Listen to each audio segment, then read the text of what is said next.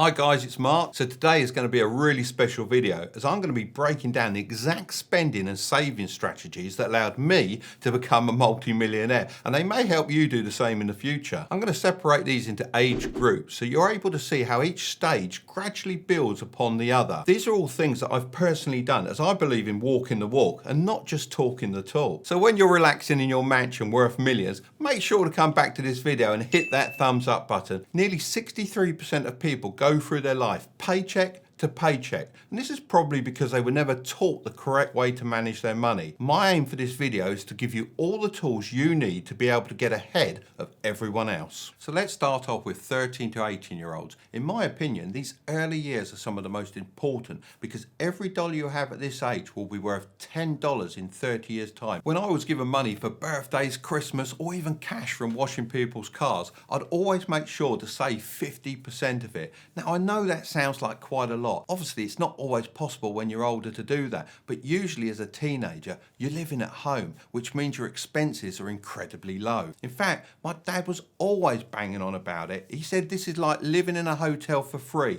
All your cooking, washing, heating and bills, they're all taken care of. And you know what? He was right. Saving became a massive habit for me, and it was just something I did without really even thinking about it. When I was younger, I opened up a high interest savings account to grow my money. Back then, the interest they paid was a lot better than it is today. However, now there are more options for teens to be able to invest. Something great that wasn't available when I was younger are custodial accounts in the USA and junior ISAs in the UK. These allow you to put your money into the stock market with your parents' permission, of course. And if you were to invest in, let's say, the Vanguard S&P 500 index fund, you can historically expect an average return of 7 to 10% tax-free. At this stage, all you want to do is get a taste for investing. It's not about putting all your money into the stock market, as there are so many more useful things that you can do with it.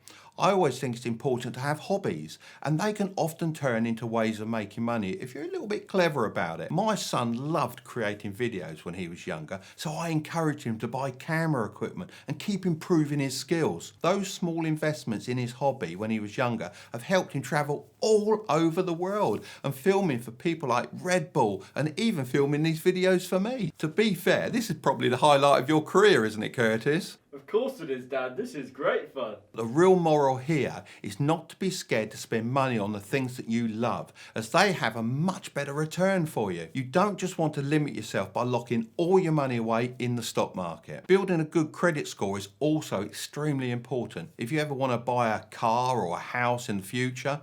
Now, lots of people think you can't do anything about this when you're under 18, but you can actually become an authorized user on your parents' credit card, and you'll be able to start building your credit from a very young age. Wherever you go, make sure to ask for a student discount. Even if they don't openly say that they give a discount, you'll often get one, and this really adds up and gives you extra money to save and invest into the things that really matter to you. You also have to make one of the biggest financial decisions in your life in your teens, and that's whether to go to college. I chose to do an apprenticeship as a carpenter instead, and because of that, lots of people think I'm against it. However, that's not entirely true. I think college can be a real smart financial choice if you go into it with a plan and you know what degree you need to get to the next stage of your life and earn a higher income. You really want to avoid getting into lots of debt that just limits you in later life and is a constant drain on your finances. College is a big investment, not only in money but also in time, so think good and hard. Now let's move on to 18 to 30 year olds. This is when the habits I formed when I was younger really came in useful. It's so easy to make mistakes at this stage, as people might finally have some decent income and want to live in the moment rather than thinking about the future. Now, this is proven by the fact that 44% of Americans don't have enough cash to cover a $400 emergency. Also a great time to pick up a credit card. The sooner the better. Like I said before, having a credit card and paying it back in full by the end of the month is great for building credit. I used to just use mine for gas, which wasn't very much, so my usage was really low. It's all about demonstrating you're able to take care of your money.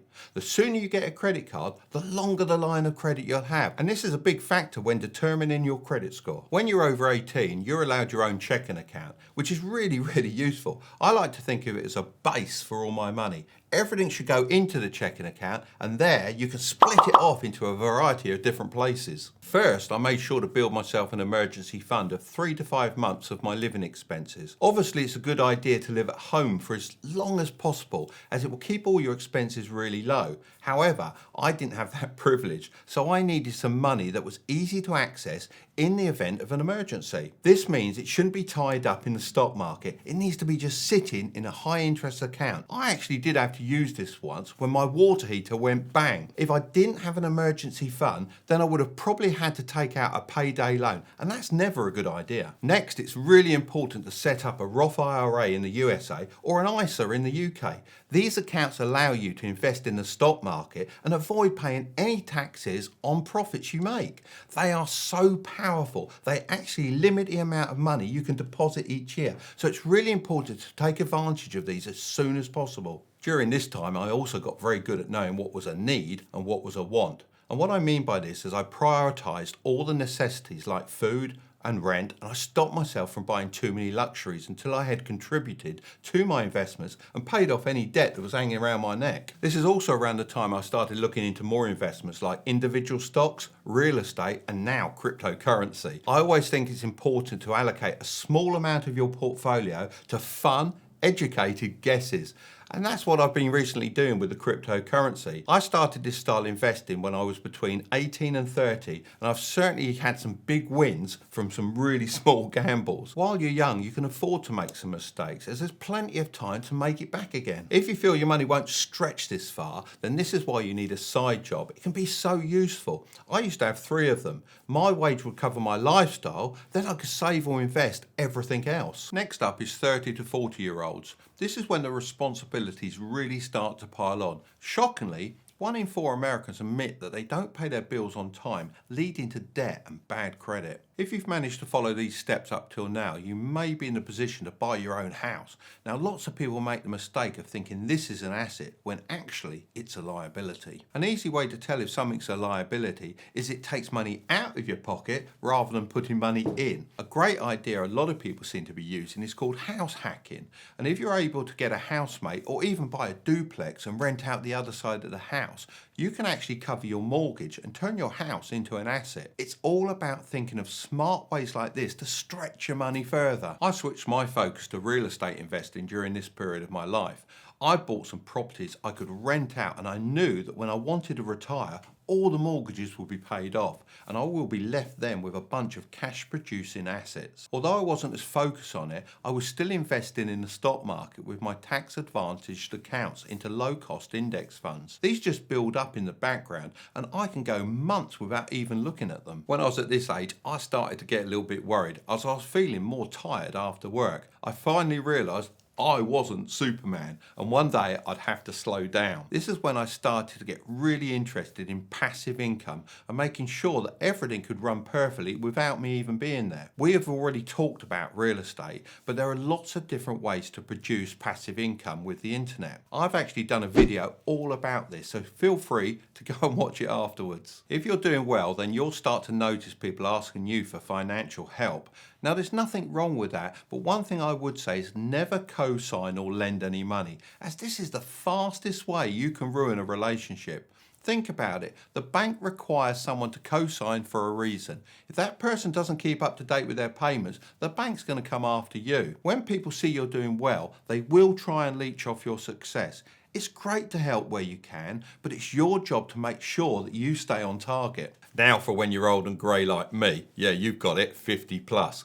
At this age, it's a good idea to change things around a little bit. Shockingly, 33% of American adults have saved $0 for retirement. It's not too late to start, but ideally, this should be the time to start moving your investments to lower risk asset classes, such as bonds, and wrapping up your mortgages.